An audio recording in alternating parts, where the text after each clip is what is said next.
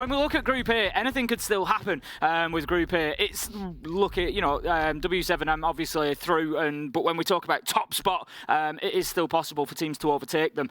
Koi are in a very good position, for example, if they were to take 4 points today, 4 points off W7M tomorrow, then Koi will top the group. It may be a big ask, but it is still doable. It's doable for SSG to top the group. With a 4-point win here, a good result tomorrow, and then relying on Koi to take points, etc., etc. But yeah, there's still lots that can happen in this group. The one thing that I would say, obviously, depending on what happens in the other game between Elevate and G2, we may be in a position where the other 4 teams have qualified, essentially. Yep. But don't let that take away any of the drama. Sledge, taking the Nook away, 1 takes away the target ban, takes the target ban, 2 crying, but also takes 2 of those frag grenades off the board, so a really good ban coming out of SSG. And the DKB, I've said it over the last 2 days, Tim, just super oppressive when she's on side. Not at all surprised to see her banned away, and the last 2 make complete sense.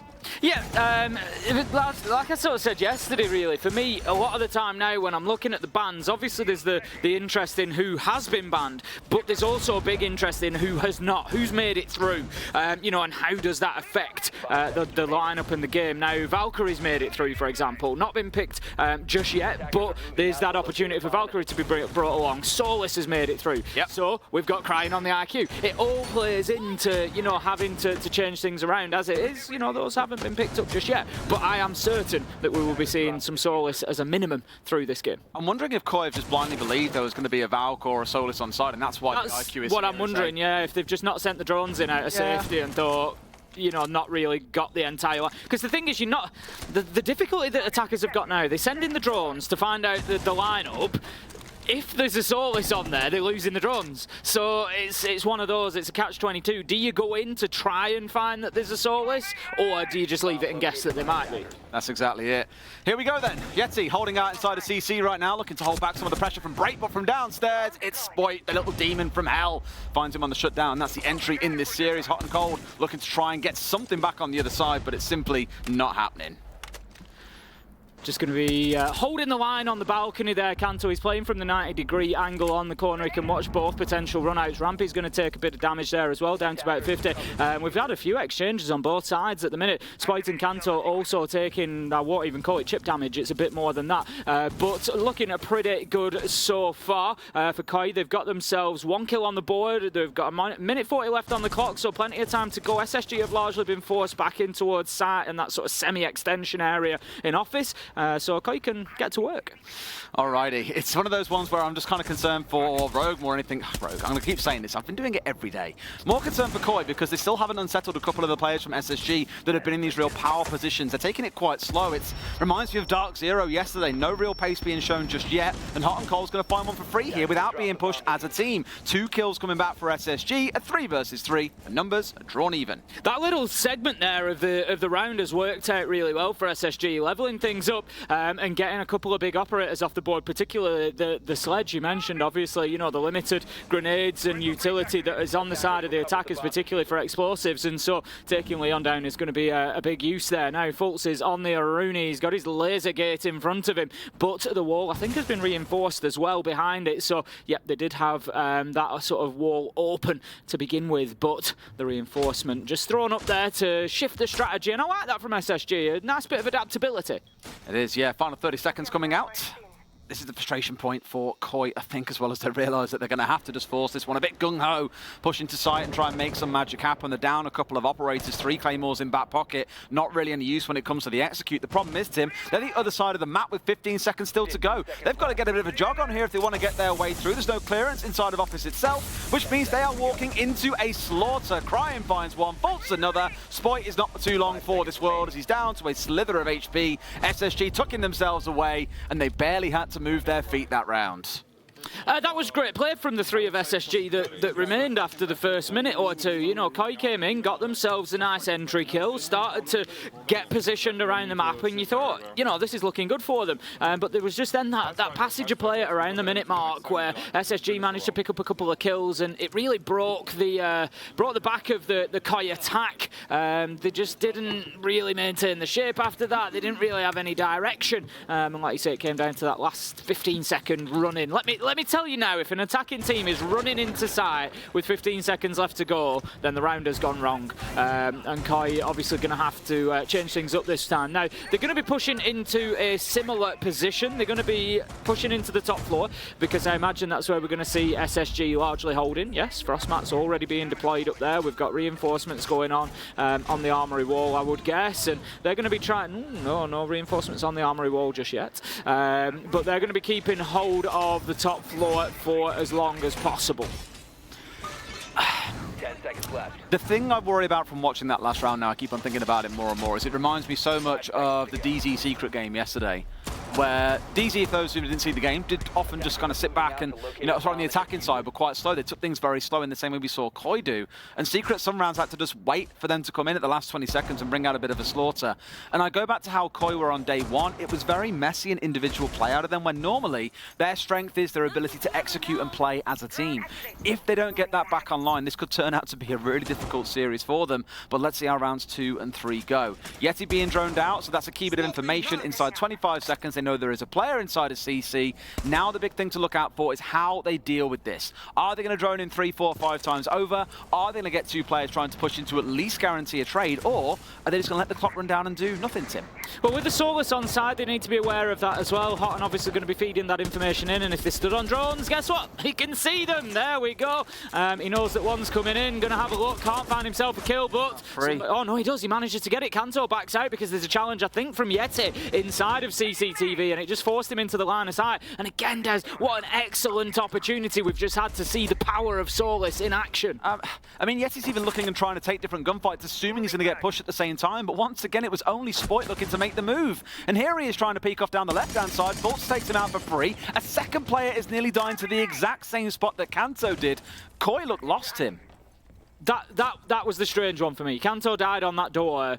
The floor's opened up below it, and they're just walking in through there. They're not even looking down, and obviously they're going to take a ton of damage. Now then, Leon does manage to get things going. In behind that EU1D scan, he moves in, gets a kill onto Yeti, brings us back to 3 versus 4, but Cryan's going to be shut down. That's the Hibana gone, so no more hard breach if they wanted any. Unlikely that they would need it on this site, so they can live without, but 2 versus 4 is not a great situation. Absolutely not. They're up on the upstairs as well. Down goes Leon as he steps into a Frostmat as well, boys. Where's the team that won the Berlin Major? Still missing, it feels, as well. I know they were in low spirits today, and I kind of gave them a pass in game 1, but there's no excuse to still be playing like this coming into the 4th day of SI 2023. Should be well warmed up by now. But SSG playing like liquid around them and just waiting to let them step into anywhere where they feel they can drown them out once they make a push forward. Some great 1v1s being taken by SSG that has closed Koi out of this round. Yeah, SSG have largely dropped back to the bottom floor now. They're just waiting for the push to come in. They're not necessarily all on site, but they are just holding angles strategically that they know Koi are going to have to play into. I don't think Leon's aware of the man led behind the desk. He's maybe going to get lucky. No, he does have half an idea. He's at least checking the angle, but Rampe, just too quick, manages to get that kill with the Frost, and that leaves Deepek with it all to do. We know that he can. We've seen it countless times, but 1v4, 14 seconds left to go. I'm not sure we're going to be seeing it this time. Absolutely not. This will just time out and go up to that 2-0. Koi, I don't really... I mean, I imagine they could too. I always speak about the early timeouts if things aren't going well. Every time we've cut to the camera of them so far, it's been silence. No one's really talking. There's no... even a little bit of emotion being showed, even if it's a little bit negative, just shows that there's a bit of life there. But the boys were a little bit deadpan after the previous round. SSG also nice and calm too, it's worth noting, but gotta see a bit more. Look. Both teams very quiet at the moment. Obviously, we're early in the game, so there's not going to be much that needs to be said. But it's leadership that I'm missing, and Leon's the guy I'm looking at here. Particularly from Koi. He needs to really. I mean, everyone saw Mr. Officer's speech. My God, I could run a marathon after hearing that every morning. I did this morning. Oh, did you? I watched it on Twitter, and I just got up and immediately ran a marathon. You were the guy running barefoot in shorts through the streets of Montreal, despite it being like mine. Not a problem. Oh, yeah. Just kept thinking about that speech in my mind. The thing is, it's just no longer implausible that no one will be able to do that, because yes, it was that motivational. But this is where I want to see a little bit of leadership out of Leon here, and of course we get brilliant insight in seeing what the players are doing, but being able to say, right boys, We've died in really silly places there, but unable to pinch this player. Let's go and push a new angle. Let's adapt how we're playing here. I want you to do this. I want you to do that. Let's get things moving. That's the kind of thing I need to see coming out of Koi, I think, if they're going to have any success in this first half. SSG can carry on exactly as they are. They can stay cool as a cucumber and keep on playing the same game, because why fix what ain't broken? Okay, Koi largely set up to try and hold on to CCTV, opening the hatches. Sorry, SSG opening the hatches. Yeti's going to be positioned in the same place on the cap can, just trying to prevent that top floor access. Again, they know that the battle's going to come over the top floor, even in bathroom and tellers. They're going to have to hold on to a larger area, really. Last time they focused around armory, archives and office. This time they're keeping hold of CCTV as well, basically going for the entire top floor. Fultz is going to get himself one here. Oh, so close, but no! Spoit with a beautiful headshot on the reverse angle. It's good to find it out. They were playing him with the trade as well. Kanto pushing just in front of Spoit. Ultimately, he was the one who picked up the kill. Now, does Yeti know about the one more? Yes, he does. Sat inside of Archives. Good read, but no one there to respond. Bosco finding Leon elsewhere. So although we had Spoit and Kanto pushing in together elsewhere, it feels like Koi have lost 2 separate points of push. They get one freebie from above with Bosco setting a single step wrong. 3v3. Houghton is not putting castle barricades on main door halfway through the round. I am not having it.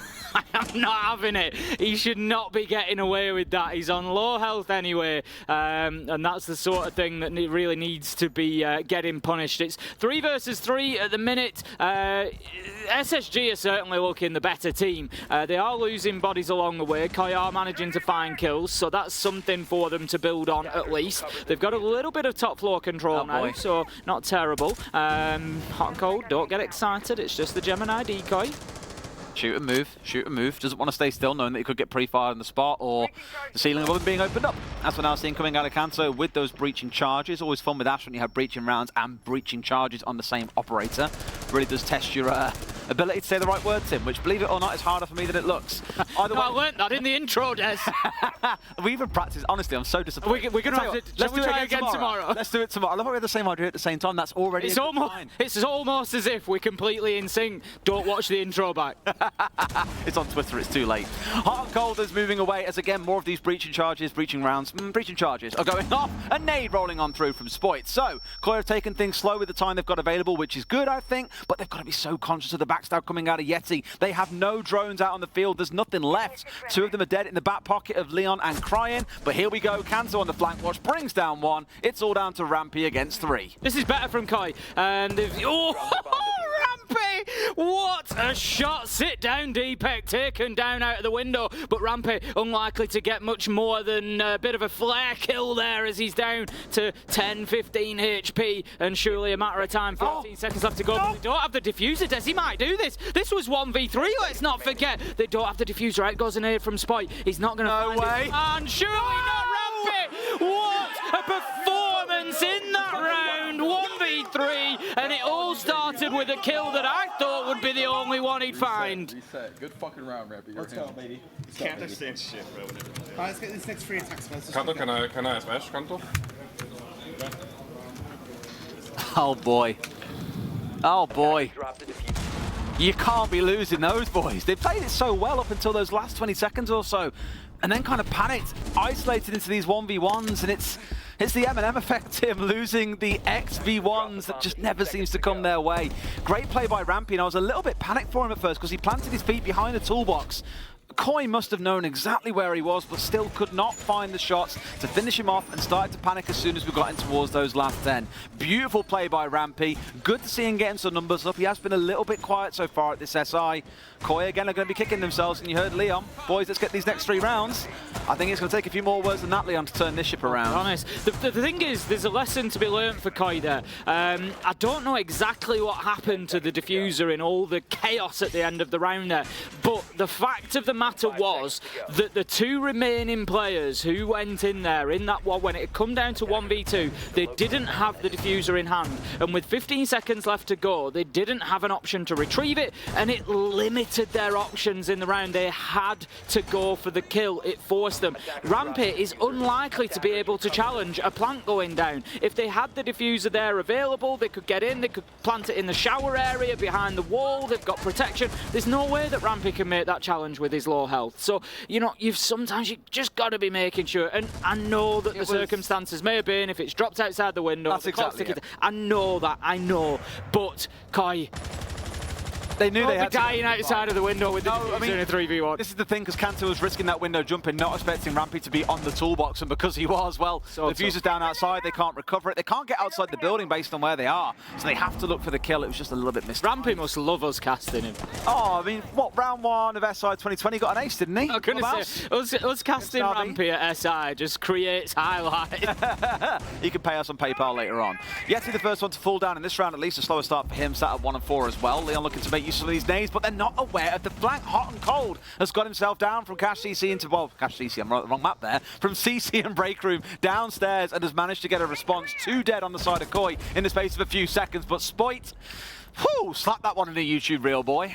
Absolutely beautiful. Second one that he's had so far today is definitely a positive for this Koi side, and they can, you know, maybe try and facilitate him, get him in, get him firing even more numbers onto the board, and it might just be something that they can build behind. The thing that I will give to Koi, you know, I don't want to just be on their backs.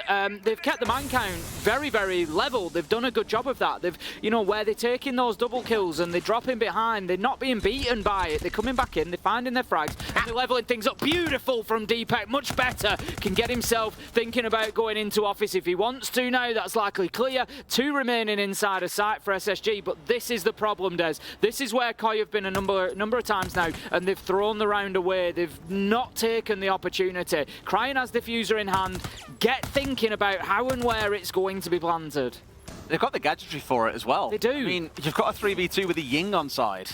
Candelas, smokes, you've got everything to play behind her, including one of the world's best gunners in Spoit with a frag grenade in the back pocket on Nadiana. They have the tools to get this done. They've already found themselves losing a 3vx scenario. Surely it doesn't happen again. Hotton's gone underneath on the Valkyrie. He doesn't have the nitros. He has impact in hand. He's got 1 remaining. There is a bulletproof cam that's been placed originally by Fultz as well, so there could be information here. With 15 seconds left to go, Des, just watch Hotton underneath. I'm not sure how aware of this. If they plant... No, he's moved back up. I was going to say, if they plant somewhere that can be seen on that cam, then that's going to be a problem. Shut down as he comes in through the metal detector. Surely, no. He's able to continue fighting. He gets one with the deagle. Surely that's the end of it, though. Yes, it is, as Koi move in and get the kill and their first round on the board. They're going to be hoping that that breaks the seal. Deep we're talking about that one later on. Jesus. Coming up against the Valk as well. Really should be closing those kind of ones out. But either way, the team is there. They're playing for the trade as the reload was coming through. Good bit of team play out of Koi. And as you say, Tim, finally now on the board. That shot from Spoit. Just, it's a Spoit classic. I think, you know, obviously I mentioned the bulletproof cam. You've got the 3 black eyes as well, so 4 potential cams in there. But what I'm guessing is that Koi had probably done a good job of clearing some of that utility out. I think Hotton was probably down there, and it was a case of, look, if you can give me the information of where this plant's going to go down, I'll potentially play it from underneath and deny it. And I think at that point, maybe there's been a com there to say, look, we don't have the cams to do this, they've gone. So he's had to move his way back upstairs. But still, you know, a good rounder from Koi. They got the job done. They rotated around. They got that diffuser into sight. It was more of what we want to see from them. Another wide hold coming out here by the looks of it from SSG with a little bit of prep work inside of CC. Also with the castle barricades on side, looking to at least tie down certain areas of the map. A lot of information being played in between behind the Pulse and the Valk, and a C4 in the back pocket of the Mutes. So liking the lineup that we've got here. Does mean Koi, though, really should have the opportunity to collapse down on 1 or 2 members who find themselves isolated. Truthfully, looking towards the ones that are playing inside CC, like Yeti.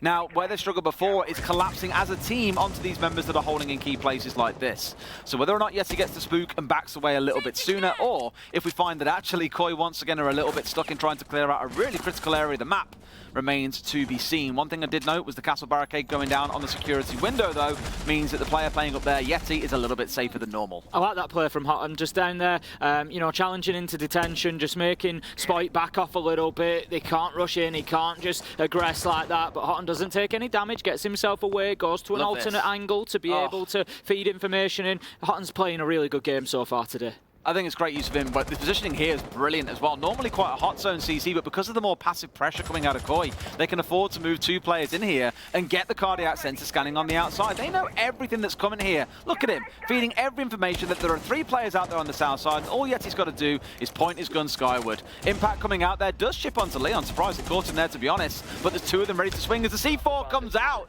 connects onto the IGL of Koi, and down goes Leon. Again, Moa from Houghton, he's just really delivering time after time at the minute. Kanto's going to hold the angle there. I'm not sure that he's going to be finding his man. He's going to have to go in. Nope, going to be shut down on the window again by Houghton, who swings and gets another. They're just giving him 1v1 after 1v1. And this is Koi's problem, and it's been the problem for the last few days. They're playing as a team of individuals, not as a team. Kanto peeks to the 1v1. Iana comes in completely blind. It looks like a bit of a clown show, being honest. They're tripping over themselves, trying to make plays happen. I mentioned earlier on that they've struggled to break through CC so far, so SSG feel very comfortable abusing the space that's afforded to them, and they are just deleting Koi every single gunfight they come into. Something needs to change, boys. Yeti and Houghton have had a fantastic round in. Oh, unbelievable. They've absolutely dominated them. Fultz is going to find the long angle through the laser gate from the half wall. He's going to find another one if Grind isn't careful. He's going to be down to about 5 HP there. Dips himself away. And sometimes you'd look at this situation and say maybe he's just trying to bait 1 or 2 of them out, get a couple of kills. I'm really not sure that that's the case at this point. He knows that there's nothing to be done here. And Koi, they're going to be having an urgent discussion. I think you can see they're crying pain attention elsewhere. I think obviously the chat is ongoing. I mean, it gives them a solid 45 seconds really to have this conversation, right? Because they so sorely need it, as we've mentioned. You're seeing things just fall into tatters, and again, this is where you've got to see some leadership inside the team here. Whether it's Meepy calling in the timeout, whether it's the players themselves having a conversation, I don't mind which, but someone needs to step up here and get these boys aligned. I know we're really honed in on Koi, but it's only because we know they can do so much more. I am really excited to see SSG's attacks going, if they are, you know, really potent with those, because their attacks have looked good. There's definitely more to come. And I just wondered that this might be a bit of a rollover, to be honest, for Koi, who are going to throw themselves on the back. Koi will I think there's 2 things happening, Des. You know, obviously I recognise there, and I agree with you, you know, that we need to be conscious of giving SSG the praise that they're due as well. Yes, we do. There's 2 things happening. Koi are losing it, and SSG are winning it. And that's why this is such a steamroller in. A few words have been exchanged. Someone just go and tell his window to start with, for example. I mean, they are a team that, I remember for the longest time they would joke and say, we don't scrim. When they come to events, they prefer to focus on the mental, relax, you know, don't worry too much about scrimming. And they're quite a dynamic team. And they don't come in with like massive strat books and loads of strats they roll out. Of course, there are kind of natural ones built into your head on the best way to play a site. But they're not really that kind of team that come in super heavily prepped and find themselves being locked out when things get too static and they get caught off guard. They are designed to be a really adaptive team. But this is the bad side of that adaptive team, when you look a little bit lost on ideas, when you even heard Leon there saying, okay, well here, for example, is something we could do. Again, it's where you need a leader to step up and say, here's what we are going to do and make it happen. Right then, into round 6 we go. SSG's final defence. Keep your eyes firmly on Hot and Cold, particularly having a fantastic game so far, absolutely dominating the defence of Border. He's been unstoppable. He's going to be on the key this time. We've seen him on Valkyrie, we've seen him on Solis. You know, plenty of variety coming around and just getting a great job. We've seen him on Pulse as well. You know, so just absolutely nothing stopping him at the minute. Kanto's on his march forward as well, seeing what he can achieve.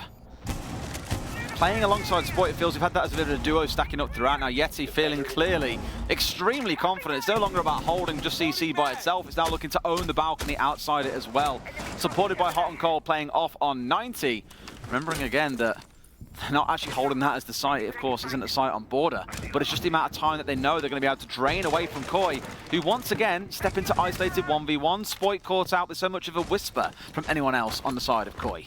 Yep, and that's the one sort of sharp point that Koi have got at the minute is Spike going in and getting kills. And that's not going to happen due to yet another Hot and Cold kill. Now then, Crine's going to put down Fultz. That levels things out. Something that I have praised Koi for so far is their ability to recover cover that man count and not end up playing entire rounds at a disadvantage. Hotton's going to throw out the nitro, not going to have any joy. Yeti, he overstays his welcome in CCTV. Leon taking a full opportunity there when he sees the leg coming across to find that kill. That's going to give the advantage now to Koi. 4 versus 3. Bosco was sniffing through a drone to come through that tiny little hole on the ceiling there as well, but couldn't quite find it.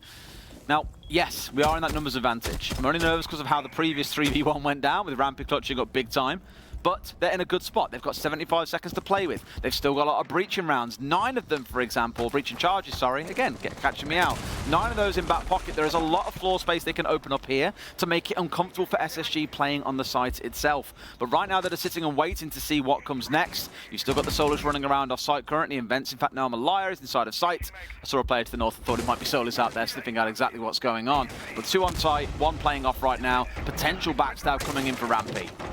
Just going to have the sledge up above the site now, starting to work on things. Crying going to be opening up those vertical angles, just trying to find anything inside the site. But to be honest, SSG have largely dispersed away from the site now. And as you said, Des, here comes Rampy. No, but can they get the kill? No! They just stand there and let him get his shots in. Kanto taken down with a headshot. Rampy, he's out of there. Damage done. The thing is, it's not just about the kill there. It's the fact that it takes Koi's eye off the ball. They now have to worry about that flank. 15 seconds. Still got things like castle barricades up to support them playing on the flank here as well. It looks really, really ropey for Koi as they lose yet another one. Surely not another man advantage going against them, it feels like. As Cryin steps through, finds one, manages to push around the corner and find the next. Maybe, yes, no. Gets one down, but there's still one standing as the plant is going down. Can Rampy find his man? He's got to win the 1v1 behind the bomb chassis, but can't quite find Cryin. They know where it's gone down, and now he's in a 2 versus 1. Rampy's got to do it again. We've seen him 1v3. Can he do it 1v2? This time the diffuser's down, which adds an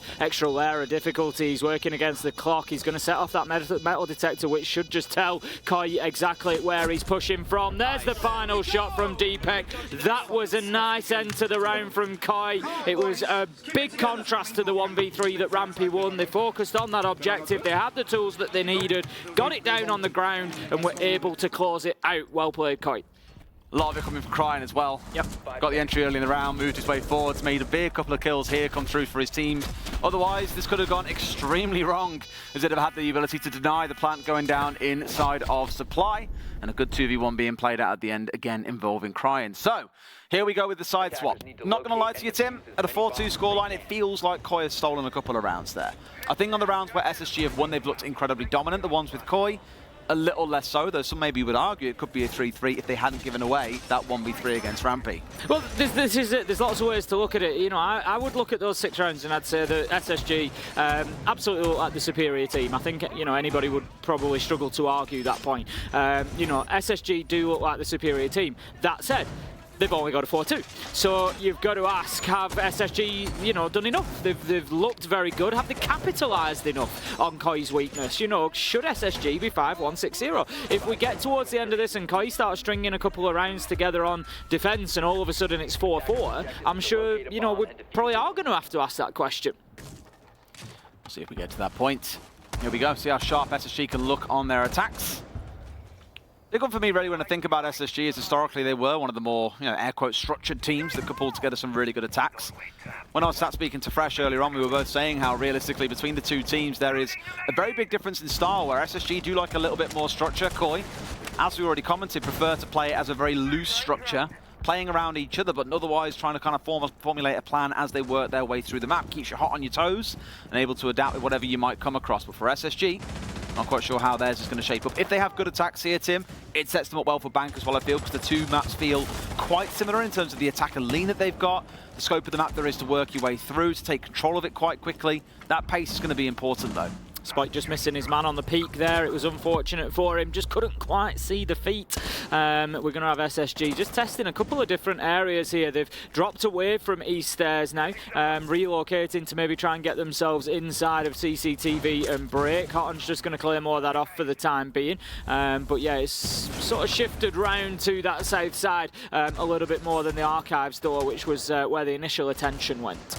what I will give is, much like when Koi were on the attack, there has been a player that's been left very much uninterrupted so far inside of CC and able to work a little bit of backstab, contest the 90 hallway, for example. That will need to be dealt with by SSG, I imagine, before they can really look to make a big push in towards the site itself. So I'll be keeping a close eye on that one and seeing how they pinch into this player.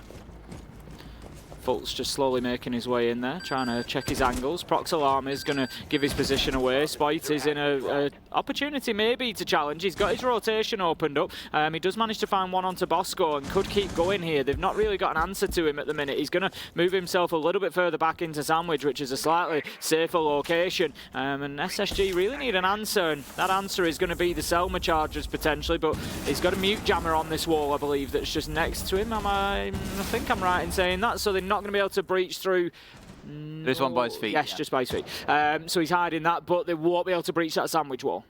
Crying and Rampy. We've seen quite a lot of these like direct trades the last few days, and it's weird because it's on LAN as well, but literally to the exact moment, they trade each other, a bullet comes out, hit each other's skulls, and they trade a kill perfectly in the same moment, both taken out of the round. Still a numbers advantage for Koi, though, as we're getting towards these last 30 seconds. Things not looking so bad. Hot and Cold looking for what he can find. He's just getting side peeked on by two players. Finds one with a bit of help from Yeti and is now looking to work his way forwards, but unlucky not to find the man inside of sight. Spite still in this power position at Sandwich, gets himself another kill, and it's just going to keep coming. Nade comes out, does not manage to find the mark, need to be bouncing it on in there really. Spite keeping himself tight against that wall, knows that the last one's coming in, third kill of the round, and that is going to be a big one for Koi. And as I said, really, SSG might be in a position of, they played very well through the first half, but might be ruining the fact that they didn't get that 5-1 or even 6-0. That's exactly it, and you're seeing, I think, a lot of the same issues there for SSG that we saw for Koi back in that first half, where there's a little more team play coming together. There's a good trade here, for example, when Hot and Cold looks to be done for, but gets a good assist from Yeti off towards his left-hand side. So they are pushing in these things together at the same time and punishing Rogue in small areas. But Spoit was left for far too long, far too comfortably hanging out inside of Office, another key part of the map that you really want to be looking to control. Either you're looking for CC control if you want to push West Wall, or you're looking for Office control if you want to be able to push in towards Archives. But really, SSG only just about managed to get control of CC late in the round, and then didn't want to push there. They had to work their way in through Office and found themselves getting tagged out by Spoit, who had been largely unignored and collected 3 kills in the round. Going to be Bathroom and Tellers for round 8. Space Station, I feel, really need to be looking at getting a win sooner rather than later on the attack. They want to maintain that advantage that they've gained in the first half, or the momentum might just be leached away a little bit, and we'll see Koi really growing into this game, which could be obviously a big problem for SSG. Now, we're going to have castle barricades downstairs in Workshop, so that's going to be a little hideaway for Leon, I think. He's going to be getting himself set up to extend out into there. He's got the bulletproof cam on the bathroom wall as well. So we quite often see this extension out into Workshop. Again, it's just trying to give a little bit more space for the defenders and a bit less freedom for the attackers. It's good working already though. JL pushed all the way through, and Rampy's got himself inside of Customs and Supply now, looking to move forward. Got Crying, unsurprisingly, holding upstairs inside of CC, and just saying, okay, I want to be the first point of challenge that you guys have got to worry about. There's one on the rappel outside, but they keep on seeing him on these drones, but really can't do much about it yet, as the players aren't in position to capitalize either on the break room door or through the window inside of security. Rampy got himself into Customs. Doesn't know it, but there's a potential challenge coming his way from towards the waiting area double door. For the time being, I think they're probably going to sort of skirt around each other for now and just flirt with that opportunity. Crying's going to drop himself down as well. So SSG not doing a bad job of clearing out that top floor. We've got Crying moved down, and we've got Kanto on the east stairs as well. So they've been sort of forced back at this point, but there is still work for SSG to do. They've not got hold of armor yet. Not just yet, no. Not forgetting as well that they've got to get a full control across the top floor before they can even really think about the site. They've only gained, what, maybe 40% of the map at this point on the south side?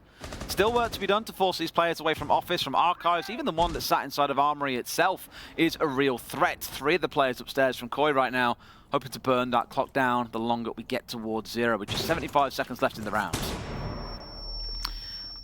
Nitro going to go out to no success there, unfortunately, for Deepak. Hotton's going to be trying to move in and clear out east stairs. All he does is force Kanto into the waiting arms of Rampy, and that's going to be the opening kill of the round. With a minute left to go, Deepak manages to level things out with a late trade onto Hotton, and that leaves us now in a 4 versus 4. SSG still not in control of the top floor. They don't have any verticality. They've not really been able to push into a position to be able to execute on site, so there's lots for them to do in this final 40. Yeti finding a big 2K, bringing it down to a 4v2, because otherwise for a second it looked all right for Koi in a 4v4. Not looking so clean no more. Spoit and Leon, the one with all to do to keep the dream alive here. Otherwise, SSG move up to 5-3 on the attack inside, and things suddenly start to look very, very sour. Bosco, somewhat safe. Oh, I love the rat. Side. I love the rat. Just waiting for the feet to move across. But somewhat safe. Not safe now. The trade comes in though as Fultz manages to find Leon. There it is. Spoit with the final kill onto Fultz though. And somehow Koi managed to dig that one out and level things up. Good job. Big from Leon and Spoit as well. The boys coming together there in the middle of the team lineup. For a second it looked pretty done. And they're fucking his boys. That's what I was expecting. Right, I've got a few things written down. Got a few things written down. I hope you do, because there's no doubt some work still to be done. Just in case you wonder what our scoreboard currently looks like, Spoit's at 11-5. Real game he's having, because he's been a bit up and down at points, Sophia Tim, but here, really starting to shine. Let's make sure we have some urgency to push it forward. Like, these guys know that, like, if they just wait, they can sit in spots. We need to surprise them. We need to be just different than one-dimensional. So look to change up the pace. If we're in a good spot, make sure we're moving forward. If you feel like you can do a little bit more, like let's make sure we're working we need to together. pick up the eye cadence. Like, we're calling people out, and like the lady was just like too quiet there, I think. Okay. Let's go, guys. You got it. Let's go. I like that, Fultz. More ideas, more risk, boys. There we go. SSG feeling that they maybe not bringing enough aggression on the attack there, needing to. Yeah, it seems to be a really like get up in the face of Koi, surprise them, don't let them get settled. Yeah, it's kind of become characteristic in a way of, I think, regions, like maybe 2 or 3 years ago, this is the kind of conversation we'd have, that NA was the very slow, methodical, more strategic leaning region. LATAM was like the hyper-aggressive, run-and-gun, ranky kind of play style, and EU sort of sat as a bit of a, I don't know, a bit of a mongrel of the two coming together, to be honest. But I feel here you're seeing it kind of go back to old ways where Koi are the ones who like to play that slightly more, you know, flexible game, figure things out as you go. SSG, just a little bit too slow, a little bit too structured there, like and encouraging the boys to pick up the pace. If you make a call out, you see a player, act on it. Let's not sit and think about it for too long or deliberate. Be intentional with what it is you want to do. Yeah, absolutely. The thing is, that's kind of the success, you know, that they saw in the first half was Koi struggling to get into position, struggling to be decisive, struggling to do those things. You know, so don't give them the time to do it because they're on defence. Get up in their face again, make them think fast, make them think on their feet. And obviously, like I'm thinking that that's where the results may come from. So Koi have managed to level things up. 4-4 now. They've won 3 out of the last 4 rounds. It's going very, very well for them. Well, 4 out of the last 5 actually, if you take it a couple more back. So Koi, despite a slow start, have really got themselves back into this matchup. We're going to be in round number 9. It's going to be customs and sorry, not customs. It's going to be workshop and ventilation. I'm immediately seeing the Ying coming out from hot and cold. And I remember seeing an execute from, I want to say it was SSG in stage 3, but it may have been stage 2. They've had some really good executes on this map with this operator as well. Very well put together, normally yinging out, for example, sandwich to really create chaos inside of the site, then behind smokes, plant inside of archives at the same time. So, we'll keep a close eye on SSG and what the game plan looks to be for this site, given it is on the downstairs. But I do expect it to be quite a direct site here. Leon putting in the work with the Solus, getting himself a couple of drones. Still 7 left on site for SSG. I'm going to take out that Claymore as well that he spots with his gadget, just to give an opportunity for the jump out if it should present itself. If nothing else, it gives SSG something to think about. Beautiful kill from Leon. Knows that Rampy is moving in through detention and threads the needle to find that headshot. Pixel, perfect angle, absolutely. Straight onto the head of Rampy. That's a sledge off the board. 2 grenades, I think, also in his back pocket. Yeah, Fultz only with 1, so then pocket means the 2 are dead in the back pocket of Rampy. Bit of a stinger there as well, because knowing you're attacking vertically, those can be so valuable at raining them down from above once you establish that vertical control. Also worth stressing, they've got no breach. I'm on about. They've got no breach of charges in back pocket, therefore the sledge was their only way of getting real vertical control on the upstairs. a little bit screwed here, to be honest with you, Tim, because they can't play through any new verticals. They can only use what's already been created by Rogue. Bosco's there for the trade. Again, something else that SSG has done a couple of times that Rogue maybe fell short at is making sure there is a player in close proximity to trade out those kills. That's Leon gone on the Solus as well, but while largely the work is done there, 3 drones remaining for SSG, so they're going to be playing the remainder of this round with somewhat limited information, somewhat limited HP for Fultz as well, down to about 20 there after being collected, so that leaves us 4 versus 4. And SSG are going to have to start pushing. They haven't actually moved Kanto yet. They're going to be trying to do that now from Sandwich. If he's able to play on that hatch, it's dangerous, but there's the beautiful cover. It's actually Kanto who manages to find the headshot. Out he goes of the window. Can't find his man, but he can just keep pestering now and burning time. That's a bad Candela throw. It's not going to happen for Hot, and he's going to go in. Diffuser's going down. He's just throwing them wherever he can to try and support. So they get the spray down there. They can assume a default spot and maybe get it down, but no, Bosco sticks it. It is a 2 versus 4. There's a lot of work to do. Make it a 1 versus 4. It's simply not going to happen. Koi get the shutdown. They'll move up to 5 on 4 on what is becoming an increasingly scrappy and hectic border. Great retake from Koi there. You know, remain calm, got the job done. Dumpster got a bit hectic. I thought that was VP there. Fucked everywhere. Why is this thing running, shifting out? Bro, what? I'm sorry, UB and ESL and Koi. Bro, I fucking fucked up Twitch. We've got Koi just getting themselves another round there and putting themselves in the lead for the first time. It's going to be an important factor now as to how SSG, you know, bring themselves back into this game, because for me, SSG, as I said, were the far superior team in the first half, and then I'm not really sure where that team has gone on the attack, and they're just not able to have anywhere near the same kind of impact. You know, we've got to remember this is Koi's map. It is their choice, so we would expect them to, you know, have at least a good half. You know, they're gonna have to be able to do something if they picked it. But as you know, as we said coming into this, these are both reasonably high sort of preference maps for both teams. That's so, exactly it. You know, we'd expect them both to be doing well. I wouldn't be too surprised to see them kind of swap who wins either's map, to be honest. But like, we know that Koi are a really good bank team. We've seen them play it so many times over in EUL. Often against G2 it feels as well. Throughout the year they matched up against them twice in stage play, won one, lost one, but played excellently in both of those. So we know they're a very high potential team on it. So yes, a trade wouldn't feel too remiss. Spoit here looking to get a little bit cheeky out to his spawn as well. Still looking out towards the angle. Might lose his head if he's not too careful, but he's got to go in for that YouTube peek. Can't find his man and will back away. He's doing very well, 12 and 5, definitely having an active game, and really, as I say, Koi just needs to keep facilitating that and keep him in the action because it's going well. He is being supported by the rest of the team as well. Leon starting to step up in the last couple of rounds, getting important kills and getting his numbers up as well. We're going to have... No, he's screwed. He's screwed. They're about to drone him. There's no rotation coming out. They've got to know. They've got to know. He's got to be in trouble here. He's got one on either side of him. They're going to start pressuring the window. He do have Nitro in hand here, Crying. For the wall, question mark? This is the potential. You know, it's not ideal to make a rotate with, but he's happy burning time at the moment. There is an opportunity for him to escape with his life, maybe, but he's going to keep sticking at it. He wants help. Kanto is coming over to help, but gets shut down in the process, and Crying is gone as well. So potentially there, lost 2 where 1 would have just been enough. As soon as he was droned, I was like, there's no way he gets out of this alive. He did manage to waste another 20-30 seconds, so not the end of the world. We can maybe come back to that moment should we see SSG struggling for time at the end of the round, but things are certainly not done for Koi here. Rampy knows that Kanto is going to appear any second and takes him down, but takes a lot of damage in doing so, and that leaves us now in a 4 versus 3, but Rampy on about half health, and this is definitely still doable for Koi. Just sat waiting. Feels doable for SSG as well with the 4 versus 3. With those 2 being taken down, you know that there's maybe one that's still working around off-site. The other 2 you'd hope are starting to head back towards home now. Mainly Spoit, 12 and 5 as we mentioned on that. RX has been doing a lot of work, and here he is still manoeuvring around with a little bit of support out towards 90 as well. Not a full commit coming out from Leon, but just enough to make sure that they can test this angle together.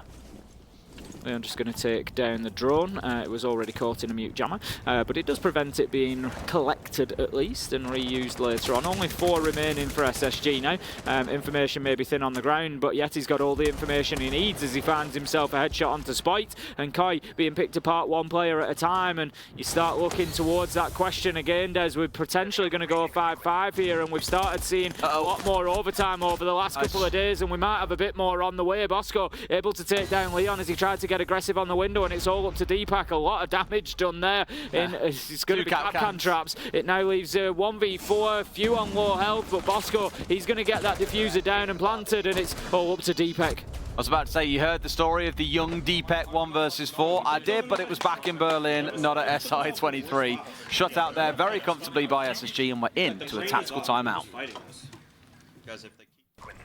Yeah, the tactical timeout is going to be called. You know, not too much of a surprise. I think, you know, we're at that stage. I don't like to see him called when we go on to the map point, but at this stage, I think it's a good choice.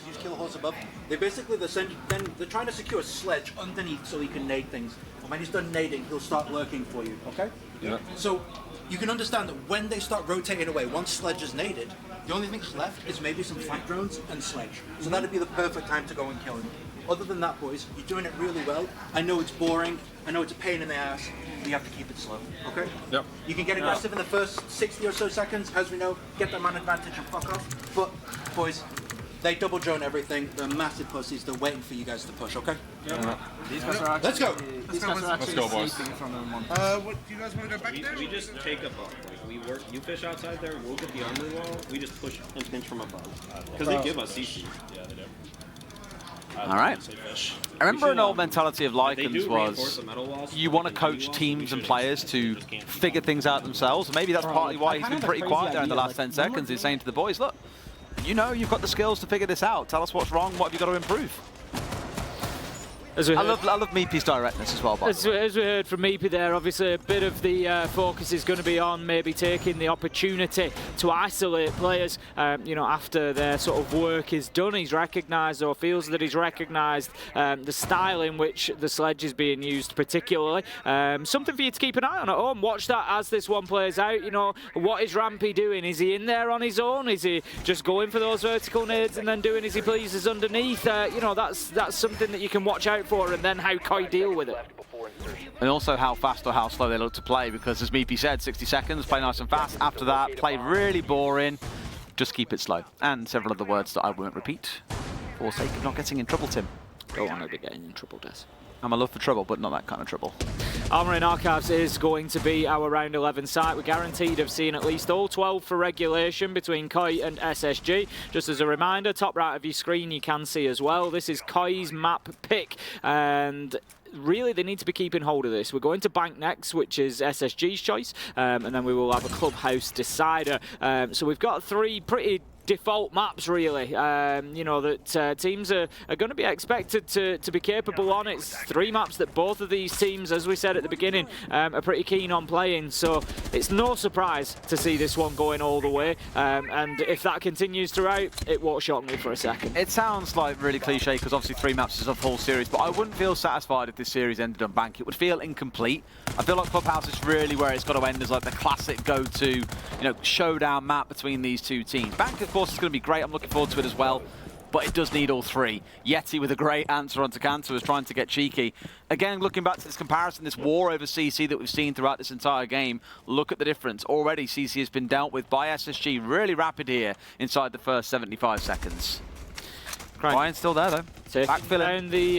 Taking down the drones, just at least removing information. Still 6 left alive for SSG, so they still shouldn't really be starved of it. They should know where Cryan is in that position, and it's just a case of going in and making sure that they deal with him. Bosco's going to collect one that's just got caught up in a mute jammer, so that tells us that maybe they don't know exactly where Cryan is playing or if he's still there, so it's going to need a little bit of a face check. A bit of utility just comes across there that might have just given away. The Nitro goes out, not going to find its mark quite. Bosco does take a little bit of damage, but this is a smart move from Bosco. Going to get the Selma charging, and as we can see, that forces Cryan away. So just keep on like firing a couple of shots out to keep him engaged and stop him getting that Selma off the wall. As it opens up though, has no choice but to back away. Spoit is once again the undealt with around officer. Clock this probably about 45 seconds ago. He hasn't been challenged on this side of the map yet. If SSG rotate over here later on to start their push, he's really going to sting them. So for me, they've got to make this work on the west side of the map, given that's where they've established some control. Yeti finding Leon as he's just found out Rampy a few seconds prior. SSG just maintaining their man advantage there with that quick trade, and they can play the rest of the round out like that essentially. Just push in pairs and make sure that they're there for the trade. trade. Spite manages to get hot and Bosco finds Crying, and it continues. They keep that advantage. Bosco's getting the diffuser down now. It's time for Koi to start pushing. They will do. Deepak finds one. That's Yeti taken down. Bosco's low health as well. 2v2. This is still doable for Koi. It's not lost yet. I mean, you've got Spoit and Deepak, two clutch gods on this team as well. Who better else would you want? But they've got to find what feels to be a 2v1 into another 2v1 straight after. Shotgun at the ready, baits him out. Oh, it was great! Gets the down, not quite finished off though. And now Spoit's got to do it against one more. Gets the finish down, looks for the fight! And finds him on the spray through! Someone's got to stop this kid! I am stunned at that finish from Spite. Absolutely unreal. Not only was he pinged out as being outside, but absolutely managed to slay the man inside of Armory. And you heard Leon then, he said, you are that guy. He is that guy. He's on fire this map. Truthfully feel without him that Koi would probably be a little bit lost, but to give some, praise over to SSG as well, they didn't make the mistake like before where they got control of CC and moved over towards Office. It's dirty. They stayed fully focused on the west side of the map. They got CC control, they kept west, went in through and looked for a plant. Just could not win out that 4 versus 2 against, again, two of the players that you'd love to have in a clutch. If you had to choose any two players, it'd probably be Deepak and Spoit. Wonderful play, and Koi move up to 6 and 5. Brilliant from him. A little bit of fortune, as you always need in those situations from Koi. The fact that Deepak was taken down, but managed to get the down with the shotgun as he went. That was a real key moment. I think in the 1v2 it becomes maybe a bit too much to ask of Spite. But job done, and Koi now have themselves a map point opportunity. If they get this one locked down, they will take their own map choice of border 7-5 and move on. If SSG are able to get the win in Bathroom and Towers, then we will have a little bit more of this. Whew. Okay, Valkyrie on side, IQ picked in. Like bread and butter, go so well together. We'll see whether or not they find out those black eyes or whether or not Koi can keep the backstabs coming through. As this looks to be another spread across the map, making use of those castle barricades. We saw Leon using this operator earlier on to hold down at least some of Workshop. Looks to be a similar kind of story here. He had this same castle barricade earlier as well. Just prevents an easy access window from vents window, straight through the soft wall, all the way in towards the back of Bathroom. It's one of the really frustrating things about this map, and I feel one of the main complaints that pros have is that everything is openable. There's so many soft walls that you can see from one corner of the building to another with the right angle, and it makes it so hard for defenders to navigate and move through safely. Those castle barricades just make it that little bit more comfortable for the defenders to play and maneuver around the site. Deepak inside of Office, supported by Kanto at the minute. Just going to be doing the camera work. We're a minute into the round, and SSG are taking this one reasonably slowly. Just sort of pushing up, not aggressing directly into the building yet. They're going to be looking to get themselves in the top floor at some point, I'd imagine. Fultz is the sort of lead of this attack at the minute. He's inside Customs, just having a look to see if he can pick anybody up directly inside a site, but unlikely as the majority of Koi are playing from above. Taking it slow as well on the drone work. As you come to expect, about half the round elapsed here to slowly crawling their way forwards. And remember Meepy's words of wisdom. Take it slow that first 60 seconds. If you want to play a bit more aggressive, go for it. After that, we've got to play really slow and boring. Trying to adapt to the playstyle coming out of SSG. Rather than getting panicked and trying to look for frags, that are saying, okay, no problem. I say that as Leon steps a little bit too far off his mark here. Tried to work his way back inside a workshop after the whole thing had already been droned out, and pays the price. This is why Meepy was saying, you've got to play back, you've got to play boring. They will catch you out. Unfortunate for Leon there. Very nearly won that fight against Fultz. Now we're going to have the verticality come in. Crying manages to find Yeti. And as I keep saying, Koi able to level up that man count once again. Not scared of going behind in the numbers. 50 seconds left to go, and SSG don't really have any control, or certainly not enough to think about putting the diffuser down just yet. I wouldn't have thought. They've still got a number of Koi players up above, holding vertical angles, and they need to get shifting, because without doing that, down to 30 seconds, it's going to be difficult to make a plant happen. So with this vertical control as well, now Bosco's managed to get his way in and is getting a plant down here. No one able to respond as he's tucked himself in real tight here against the chassis, and no one has any idea. He got away with it. Cryon's got one at least back onto the other side, but now it's a 3 versus 4 post plant for SSG. Big mistake from Koi there. They really didn't know. They were confident in being able to hold that down vertically, and I assumed that obviously they had the access points covered, but no, Bosco able to walk in there and get that diffuser down. Now then, that could have been a big find. Houghton just managing to escape there. He's taken a little bit of damage. There comes a big challenge from Kanto. They needed that. Oh, good huge pass. kill from Kanto, leaving us now in a situation where Koi have done it. Surely they still get the defuse off. They do. Spoit's on it. He's got enough time. It's okay. But that very nearly went completely sideways. It was a real scrappy map. A very thrilling fixture between these two. But at the very least, Koi take the first map. I tell you what, it's all laughter and smiles now. But if there'd only been 2 of them left alive, That's what I mean. That's what I mean. I tell you what, always stick a